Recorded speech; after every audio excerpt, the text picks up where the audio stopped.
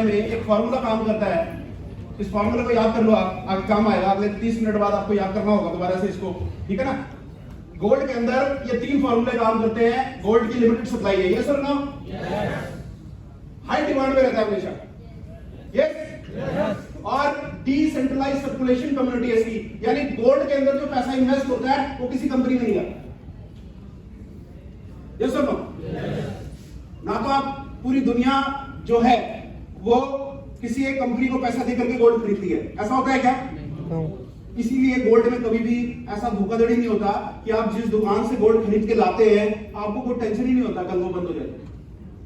कभी टेंशन हुआ आपको? नो। आपने पैसे दिए, गोल्ड खरीदा, दुकान से बाहर निकले, उसमें आग लग जाए, आपको कोई टेंशन नहीं होती है क्या टेंशन? नो। कोई टेंशन नहीं। क्यों? आपका माल आपके पास पड़ा होगा, मैं जाके कहीं और बेच दूंगा, ठीक है ना। तो कहने का मतलब क्या है, ये 3 चीजें हैं, ये एक असूल है, एक फॉर्मूला है। दुनिया में किसी भी चीज पे अगर अप्लाई होगा वो चीज एसेट बन जाएगी। मैंने जो बात बोला वो ध्यान से समझना। अगर इतनी सी छोटी बात समझने में 7 साल लगा दोगे तो 0/0 रहोगे। इतनी सी बात आज समझ जाओगे, करोड़ों में खेल जाओगे, करोड़ों में। ये 3 चीजें किसी भी चीज में अप्लाई हो जाए वो एसेट बनेगा। इसका एक छोटा सा एग्जांपल देता हूं। गोल्ड का क्या इस्तेमाल करते हैं? कुछ नहीं। कोटी बनाई, पहन लिया, नहीं पहना लॉकर में रख दिया, कड़ा बना दिया। आजकल तो क्या जेवर बना के भी लॉकर में रख देते हैं, बेटी का काम आएगा, आर्टिफिशियल पहन ले जाता, यस और नो? एसेट बना के रख देते हैं उसको, ठीक है ना, सारा का सारा। इसमें कोई काम है क्या? हम लोग सोना चांदी चमन जो खाते हैं हम लोग, इसमें सोने का सच में इस्तेमाल होता है? नो। और उसका रेट बढ़ाने में भी इसका कोई काम करता है क्या? नो। मेरे ख्याल से नाम ही है। कहने का मतलब क्या, हम गोल्ड को पहनने के अलावा खाते नहीं है, इसका इस्तेमाल नहीं करते, फिर भी उसका रेट बढ़ता है। और आज नंबर 1 एसेट है पूरी दुनिया का। दूसरी तरफ ले लो कॉपर। कॉपर जानते हैं आप? कितना इस्तेमाल होता है वो, हर जगह पे कॉपर। जितनी तारे बिजली की गई है कॉपर डली है, डली कि नहीं डली? पंखे जितनी नई कंपनियां आ रही है सब कॉपर का इस्तेमाल कर रहे हैं, करे कि नहीं कर रहे? पर वो इतना इस्तेमाल होने के बाद भी वो गोल्ड से बड़ा एसेट नहीं बन पाया। क्यों? उसकी पहली जो लाइन है ना, लिमिटेड सप्लाई, वो उसके पास नहीं है। समझ रहे मेरी बात को? इतना इस्तेमाल होने के बाद भी वो गोल्ड से ऊपर नहीं है। क्यों? क्योंकि उसकी लिमिटेड सप्लाई नहीं है। 1 किलो तांबा आपको पड़ा हुआ मिल जाए, नहीं उठाओगे। 5 ग्राम झुमका मिल जाए ना एक, तुरंत उठा लोगे, क्योंकि इसकी वैल्यू ज्यादा है। 1 किलो तांबे की वैल्यू ज्यादा, उसको लेके कबाड़िए के पास जाना पड़ेगा, इसको लेके सुभान के पास जाना पड़ेगा, और ज्यादा भी क्या अपने घर में रख लो। तो कबाड़िए के पास कोई भी जाना पसंद नहीं करता, पसंद करता है? ये बात, यानी कि ये 3 चीजें जो मैं आपको बता रहा हूं, ये इतनी शानदार चीजें, इसको समझने में मेरे को बहुत साल लगे। 2014 में मेरी एंट्री हुई थी क्रिप्टो में, 14, 15, 16, 17, 4 साल मत्था मारने के बाद इंटरनेट पे तब समझ में आया कि भाई दुनिया किधर जा रही है। कोई समझाने वाला नहीं है पूरी दुनिया में ये सब। हमने 3.5 साल से ये पहला डिसीजन लिया था कि लोगों को एक राइट एजुकेशन प्रोवाइड करते हैं, क्योंकि ये बड़ा मुश्किल काम है, क्योंकि लोग मानते नहीं, लोग सीखते नहीं है। सुनने और समझने के बाद भी फिर सवाल करेंगे, अगर ऐसा नहीं हुआ तो हमने कहा ठीक है, हम लोगों को एजुकेट करेंगे, वक्त के साथ लोगों के सवाल अपने आप खत्म हो जाएंगे। आज 3.5 साल हो गए, लोग नहीं सवाल करते। क्यों? लोगों के सामने प्रूफ हो चुका है कि जो हम पढ़ा रहे हैं ना वो मीडिया बोल रही है। हम अपने आप को कुछ नहीं समझते, पर अब दुनिया में बड़े बड़े लोग बोल रहे हैं क्रिप्टो के ऊपर जो हम पढ़ा रहे हैं, फिर लोगों को समझ में आना शुरू हुआ क्या हुआ है। तो ये फॉर्मूला है, आपने याद रखना है। एक दुनिया जो सेंट्रलाइज है, जिसमें हम अपनी जिंदगी जी रहे हैं पैदा होने के बाद, राइट है जी? पूरी दुनिया हमारे इर्द गिर्द जितनी है सारी सेंट्रलाइज है, और अब हम जितनी भी बात कर रहे हैं वो डिसेंट्रलाइज कर रहे हैं। तो इतनी आसानी से समझ में आएगा? नहीं आएगा ना आसानी से, ठीक है ना। तो समझने की कोशिश करना है। हमने सारी बात करनी है डिसेंट्रलाइज, जहां पे कोई भी अकेला व्यक्ति मालिक नहीं है, जिसके पास कोई हक अधिकार है हर चीज को कंट्रोल करने का। पूरी कम्युनिटी का काम होता है ये सारा का सारा, राइट है जी? सो अब हम बात करते हैं, अभी हमने थोड़ी देर पहले एसेट की बात करी। एसेट समझ में आया आपको? क्योंकि आपको पहले से ही पता है एसेट क्या होता है, राइट है ना। अब हम फाइनेंस की बात करते हैं। जो नोट हमारे जेबों में पड़ा हुआ है, जिसको कमाने के लिए हम लोग जिंदगी भर भाग रहे हैं, सुबह से शाम कोई कुछ कर रहा है, कोई कुछ कर रहा है, कोई कुछ कर रहा है। ये क्या है, कैसे चल रहा है, क्या इसकी हिस्ट्री है, आप लोगों ने पहले भी सुना होगा, पर मैं बार बार बताता हूं क्योंकि ये पास्ट है, प्रेजेंट है और फ्यूचर की तरफ जा रहा है। इसको दिमाग में बिठाओगे तभी कुछ कर पाओगे।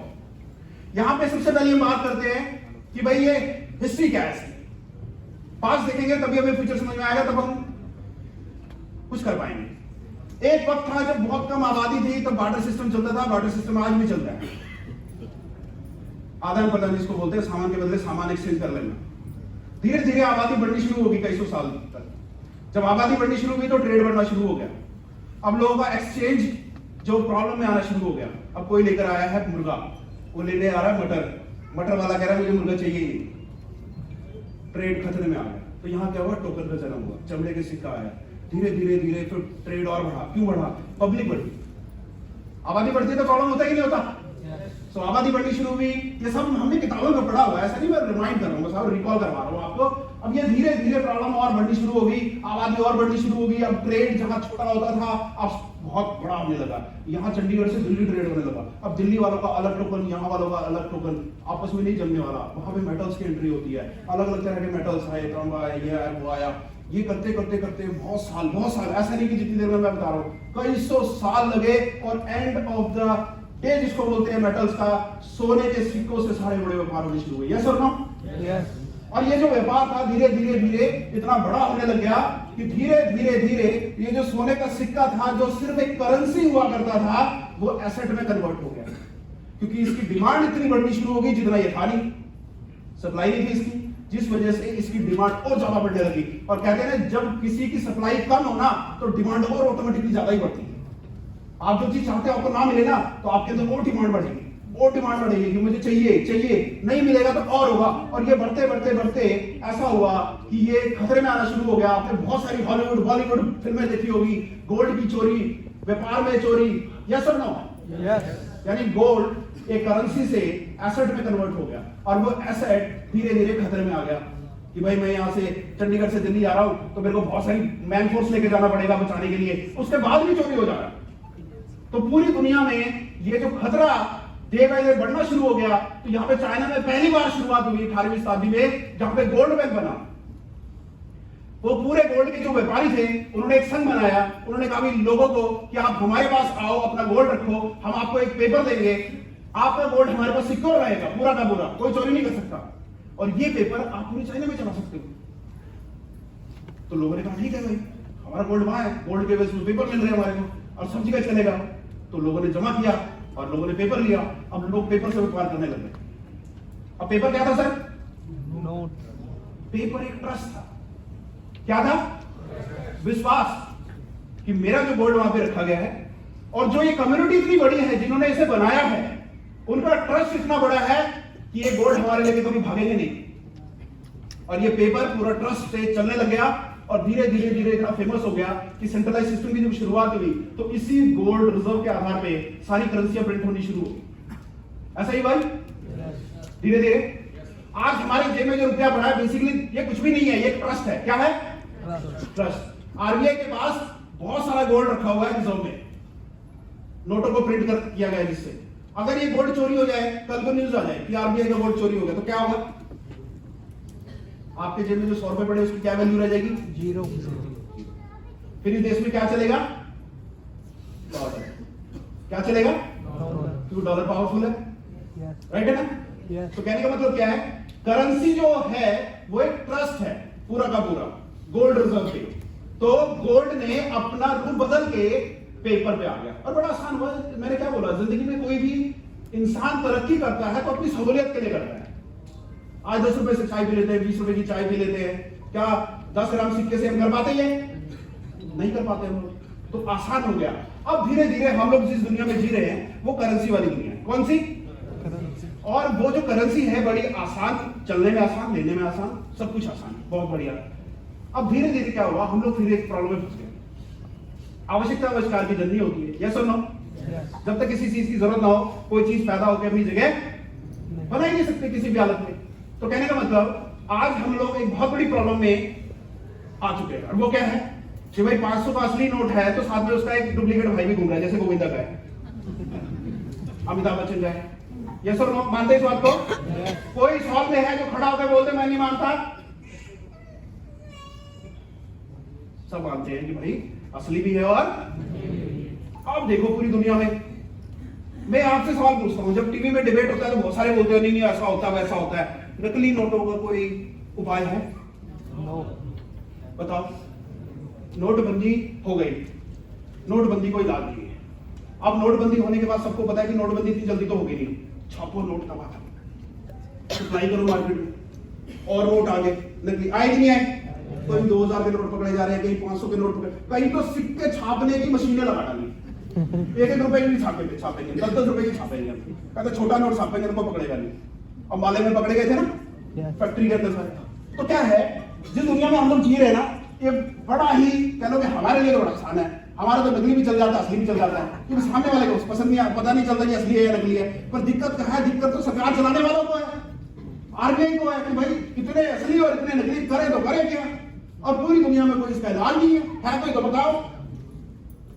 नहीं है ना? ये एक बहुत बड़ी प्रॉब्लम है जिस दुनिया में हम जी रहे हैं। अब देखो यहां से हम एंट्री लेते हैं इंटरनेट की। किसकी? इंटरनेट। यहां से इंटरनेट शुरू होता है। 1970 के पहले हमने इंटरनेट को पढ़ा था, नाम देखा था हमने यहाँ पे, याद है आपको? अब उसके बाद हम यहाँ पे इंटरनेट की एंट्री करते हैं। अब हर सेक्टर में इंटरनेट से बदलाव हुआ है, तो बैंकिंग सेक्टर में भी हुआ है। आरबीआई वो देखो, पहले बैंक कैसे हुआ करते थे, इतने बड़े अलमारी, इतनी फाइलें, धूल लगी हुई, दिवाली में पता नहीं सफाई होगी कि नहीं होगी। आज देखो क्या चकाचक साफ सुथरा, इंटरनेट से भरपूर। मेरे ख्याल से जिसको इंटरनेट आता है ना, उसको बैंक जाने की जरूरत ही नहीं है। मेरे जैसा बंदा, मेरा पीएनबी 33 में अकाउंट है, शक्ल दिखाए पता नहीं कितने साल हो गए, केवाईसी कराने गया था बस, अदरवाइज बैंक जाने की जरूरत नहीं है। जिसको इंटरनेट अच्छी तरह चलाना आता है उसको बैंक जाने की जरूरत नहीं है। सही बोल रहा गलत बोल रहा हूं? अब देखो सिंपल सी बात है, पहले की दुनिया कैसी थी कि भाई मेरे को अगर 50,000 रुपए किसी से लेने हैं और कोई अगर 500 के 100 नोट पकड़ाएगा तो मुझे वो 100 नोट गिनने भी है, उसमें चेक भी करना है, और हर आदमी वो मशीन तो रखेगा नहीं नकली नोट निकालने वाला, तो एक दो तो आ ही जाएंगे, पता नहीं चलेगा। अब इन्होंने मेरे को डिजिटली ट्रांसफर कर दिया, 5 के साथ 4 जीरो लगा के 50,000 इन्होंने मेरे को यूपीआई कर दिया, आईएमपीएस कर दिया, पैसा आ जाएगा ना मेरे पास? नहीं आएगा? आ गया, मैसेज आया, मैंने देखा भाई पैसा इन्होंने भेज दिया और मेरे पास रिसीव हो गया। अब मुझे बताओ नकली नोट का काम खत्म हुआ नहीं? यस और नो? यस। हो गया? यस। इसीलिए कहते हैं सारे डिजिटल हो जाओ, हो जाएंगे सारे।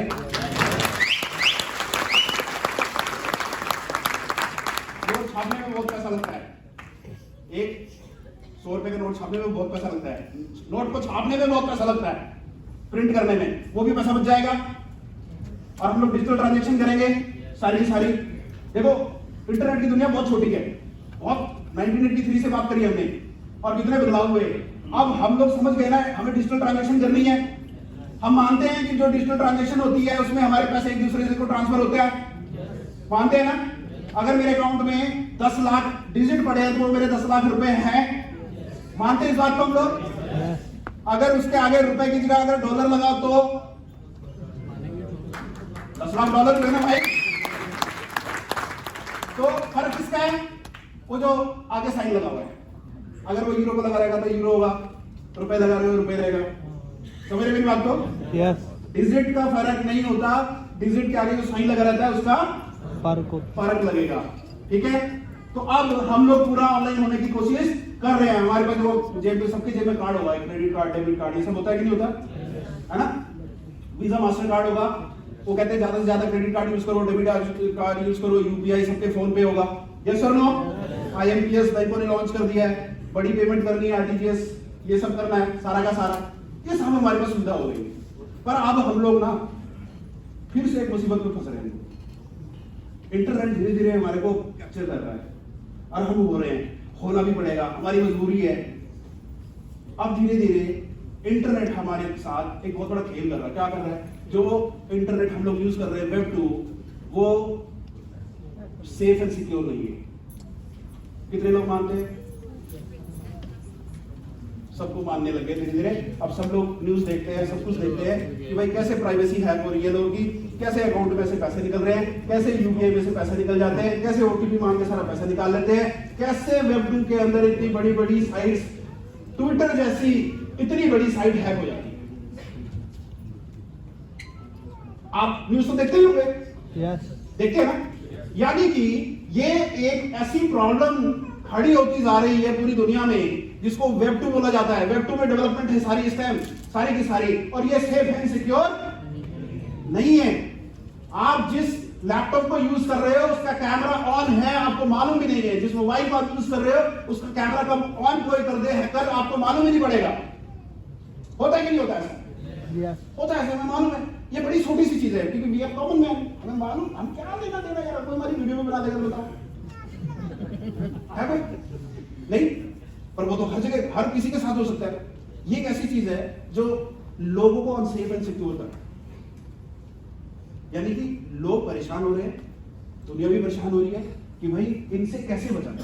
क्यों? क्योंकि यहाँ पे आसानी से हैकिंग हो जाती है, बैंक अकाउंट से पैसे चोरी हो रहे हैं, बड़ी बड़ी साइट्स, फेसबुक जैसी साइट्स हैक हो जाती है। आपको पता है बिहार के एक लड़के ने 15 सेकंड के लिए गूगल हैक कर दिया था, देखा था आपने, है ना? तो ये छोटी बड़ी बहुत सारी ऐसी प्रॉब्लम्स है जो वेब2 के साथ हो रही हैं। पूरी यूनिवर्सिटी की साइट हैक हो जाती है, सारा डाटा उसमें से लीक हो जाता है पूरा का पूरा। तो कहने का मतलब है वेब2 इस टाइम बहुत ही बड़े खतरनाक जोन पे है। पूरे ग्लोबल की न्यूज बता रहा हूं मैं, कोई अपनी तरफ से नहीं बता रहा। और ये एक ऐसी प्रॉब्लम है जिसका कोई सोल्यूशन नहीं है इंटरनेट पे, क्योंकि हमें सारे काम तो वेब2 में करने, हमें ऐप बनानी है वो भी वेब2 में बनेगी, वेबसाइट बनानी वो भी, हमें कुछ भी काम करना है वेब2 में करना है। आज फेसबुक चला रहे हैं वेब2 है, हर एक चीज हमारे मोबाइल पर वेब2 है, हर चीज। तो ये अनसेफ होने की वजह से एक क्रिप्टो करेंसी बड़ी 2008 में प्रचलन में आनी शुरू हुई। क्यों आनी शुरू हुई हम आगे बात करेंगे, क्योंकि ये ब्लॉकचेन टेक्नोलॉजी पे काम करता है और ये पूरा का पूरा डिसेंट्रलाइज होता है और जिसको सिंपल भाषा में वेब3 बोला जाता है। अब जितने भी लोग यहाँ बैठे हैं इस हॉल से, जब मीटिंग खत्म हो जाएगी बाहर निकलेंगे, आप सिर्फ गूगल में डालेंगे वेब3, क्या डालेंगे? वेब3। जब भी आप वेब3 डालेंगे उसके साथ लिखा होगा वेब3, ब्लॉकचेन का नाम वहां पे आ जाएगा। किसका? ब्लॉकचेन। क्रिप्टो करेंसी ब्लॉकचेन में बना हुआ एक ऐसा डिजिटल करेंसी और एसेट है जो बिल्कुल गोल्ड की तरह रिएक्ट करता है। किसकी तरह? गोल्ड की तरह रिएक्ट करता है, वो भी डिजिटली, फिजिकली नहीं करता। और ये एक वेब3 एक ऐसा प्रोग्राम है जिसको हैक करना नामुमकिन है। क्या? नामुमकिन। इस वजह से पिछले 14 साल से पूरी दुनिया में वेब3 अपनी धीरे धीरे जगह बना रहा है। जैसे जैसे लोगों को पता लगता जा रहा है कि वेब3 की इंपॉर्टेंस क्या है, लोग इसको एक्सेप्ट करना शुरू कर रहे हैं। इसलिए इस चार्ट के अंदर मैंने आपको बताया पास्ट, प्रेजेंट और फ्यूचर। आने वाला पूरा जो समय है वेब3 का है। और करेंसी के अंदर मैं अगर बात करूं तो क्रिप्टो करेंसी का आने वाला पूरा समय है, जिसका मैं पिछले 14 साल का इतिहास बताता हूं। जब ये शुरू हुआ तो लोगों ने इसको समझना शुरू किया। आज 60,000 से भी ज्यादा क्रिप्टो करेंसी के एटीएम पूरी दुनिया में लग चुके हैं।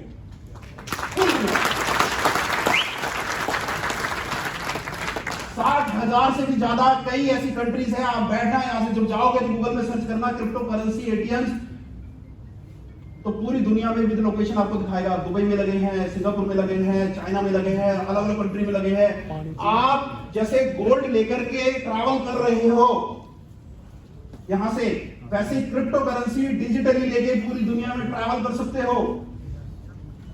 और कई ऐसे देशों में डायरेक्टली क्रिप्टो करेंसी चलनी शुरू हो गई है, करेंसी पैरेलल, जहां डॉलर रुपए के बराबर चलनी शुरू हो गई है। और जहां नहीं है वहां एटीएम है, आप एटीएम से जाके क्रिप्टो करेंसी आप एटीएम से स्वैप करो, उस देश की करेंसी स्वैप करके निकाल के आपके हाथ में दे देंगे।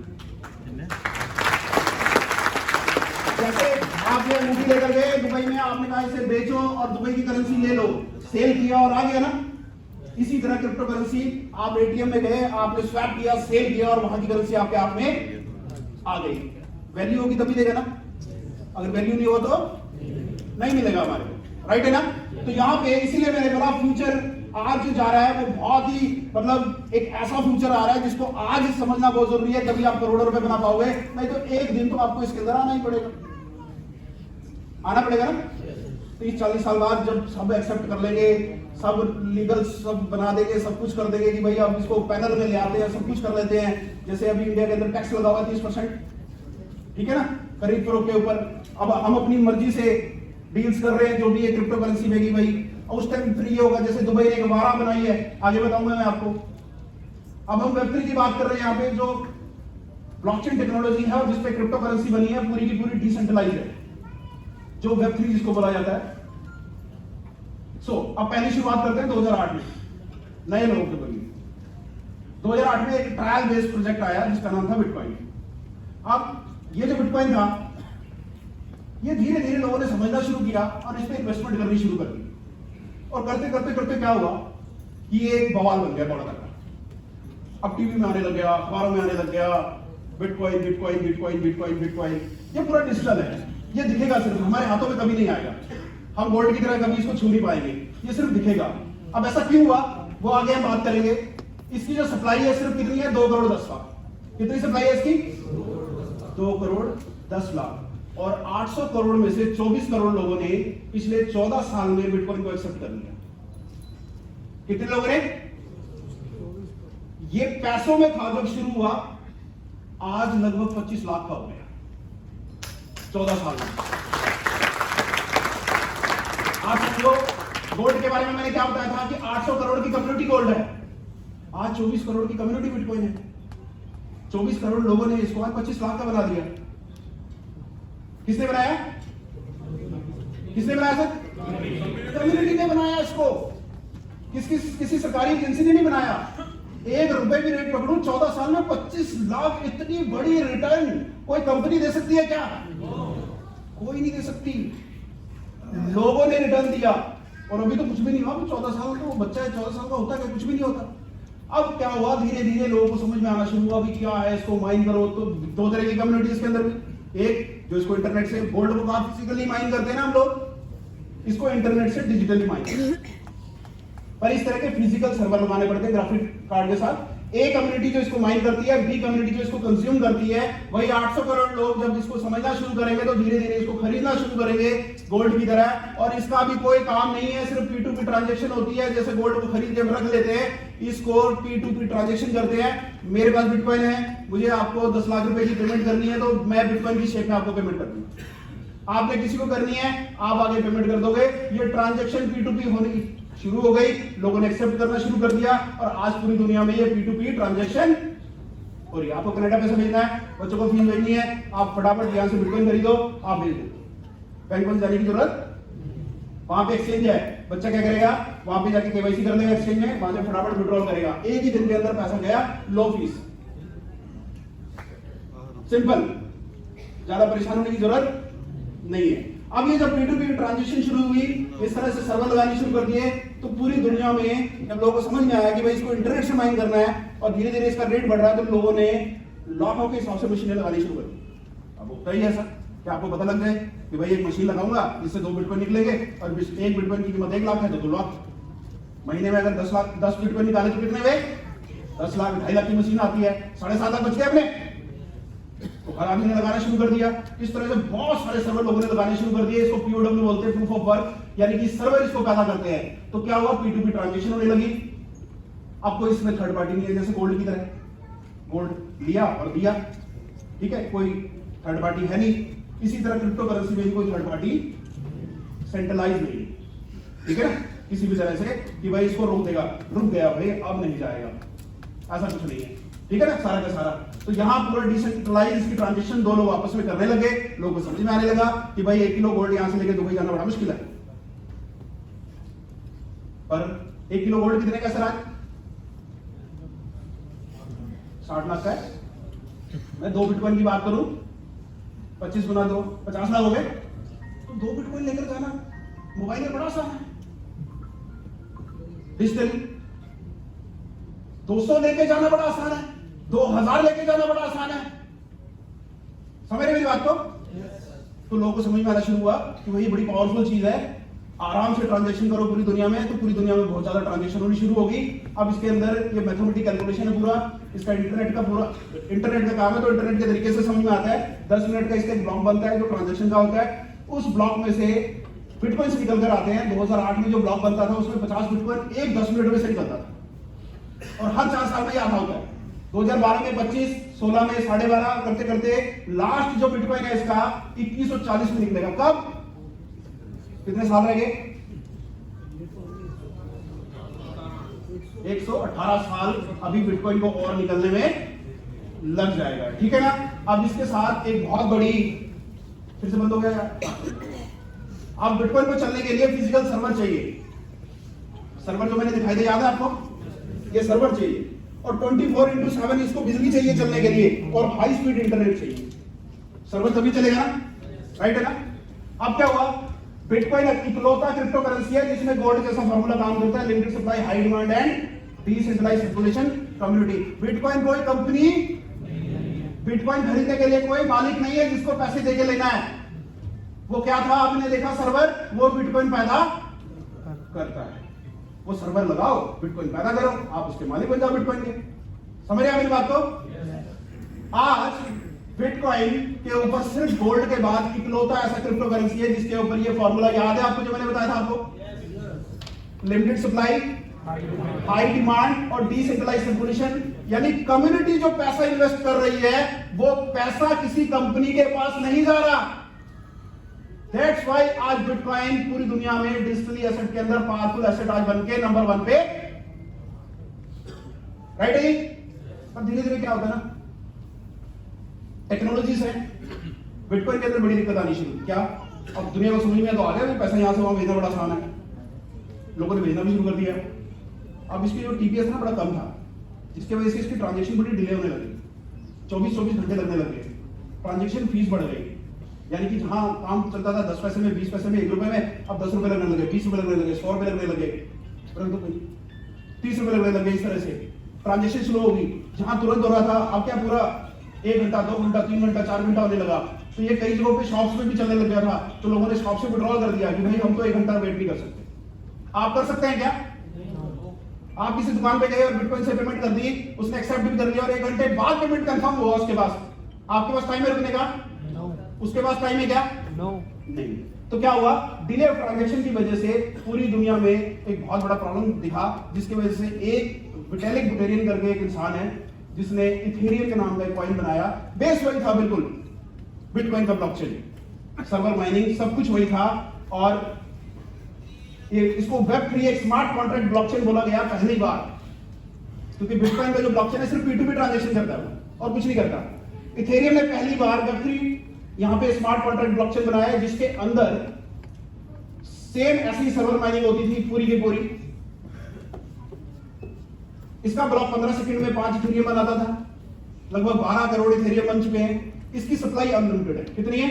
अनलिमिटेड है। पहले ये ब्लॉक में से निकलता था, अब ये पूल माइनिंग होती है। अभी कंसेप्ट इसका चेंज हो गया है। इथेरियम में भी पहले इलेक्ट्रिसिटी और इंटरनेट चाहिए था, अब वो इन्होंने अपग्रेड किया। क्यों किया? क्योंकि पूरी दुनिया में एक खतरा बड़ा तेज हो गया कि भाई ये बीबीसी की न्यूज आने लगी कि बिटकॉइन जो एनर्जी खा रहा है, जो सर्वर लग रहे हैं पूरी दुनिया में, वो जो एनर्जी खा रहा है वो इतनी एनर्जी खा रहा है कि अर्जेंटीना जितनी एनर्जी एक देश खा लेता है। समझ रहे हैं आपको? मतलब एक छोटी चीज नहीं है क्रिप्टो करेंसी, ये ग्लोबल प्रोडक्ट बन रहा है, ग्लोबल रिसर्च हो रहे हैं इसके ऊपर। और हम क्या कर रहे हैं? तू आया, तेरे कड़े पे लगा देता हूं एक बार, तू बैठा है ना, कंपनी तो नहीं भागेगी ना, चल भाग भी गई तो क्या हो, तू बैठा है ना, और इतने में पैसे लगा के खुश है, और गलती से जगह पे पैसा लग गया, डूब गया ना, और ये तो भाग गई है, तो कुछ भी नहीं, बिटकॉइन कुछ नहीं है, खतरनाक है। होता है कि नहीं होता ऐसा? ठीक है ना। तो यहाँ पे आज जो सीखने आए ना, ये सीखने आए ग्लोबल प्रोडक्ट है, ग्लोबल रिसर्च है, ग्लोबल चीजें हो रही हैं। ये इतनी बड़ी बड़ी चीजें होने लगे कि इतने सारे रिसर्च होने लगे कि भाई नीदरलैंड जितनी बिजली खा रहा है उससे ज्यादा तो बिटकॉइन खा रहा है पूरी दुनिया के अंदर। ये इतनी एनर्जी की प्रॉब्लम होने लगी कि धीरे धीरे धीरे आप देखोगे यूएस में रहने वाला 74 दिन की बिजली जितनी खर्च करेगा एक घर, कॉमन घर का, उतना ही बिटकॉइन का ट्रांजेक्शन खा जाता है बिजली। ये बहुत सारे रिसर्च हैं, अलग अलग न्यूज़पेपर, न्यूज के अलग अलग बहुत सारे हैं। मैंने 2-4 निकाल के यहाँ पे डाले हैं सिर्फ आपको बताने के लिए। तो ये इतनी सारी प्रॉब्लम देखते हुए इथेरियम ने कहा कि भाई बिटकॉइन तो अपने आप को बदल नहीं सकता, तो इथेरियम ने कहा भाई पीओडब्ल्यू से इसको पीओएस में कन्वर्ट करते हैं, अब बिजली सर्वर लगाने की जरूरत खत्म करते हैं। ठीक है, इसको बोलते हैं पीओएस, प्रूफ ऑफ स्टेक। पहले वाला पीओडब्ल्यू था, आपको मेरी बातें समझ में आ रही है वैसे? पक्का?